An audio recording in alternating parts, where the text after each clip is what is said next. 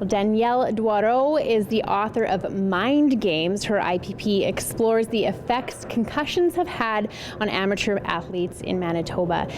Concussions are talked about a lot, but your book focuses on amateur athletes, sports on the community level. Why was that important for you to focus on those athletes? I grew up a big sports fan, and I think a lot of times we hear about the Sidney Crosbys and all those really big concussions, but we never actually know about the ones that are happening to people like us. So my brother and sister both had fairly severe concussions within about a month of each other.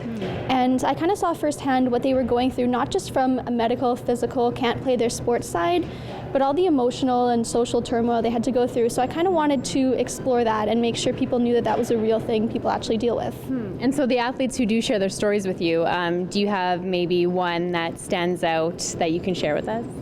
There have been a few that have stood out so far. One of them is my brother's friend who played in the WHL and actually came back home because of a concussion.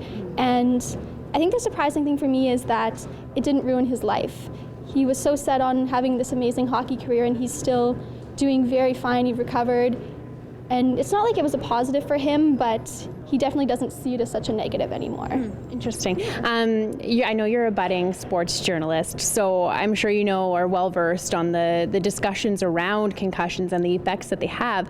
But in doing this book, was there something that you learned that you may have not known before?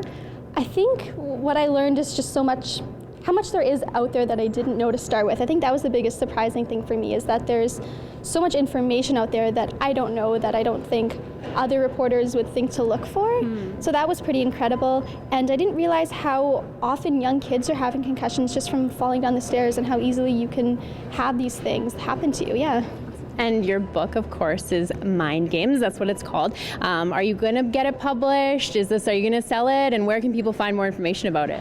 So my website is mindgamesbook.org.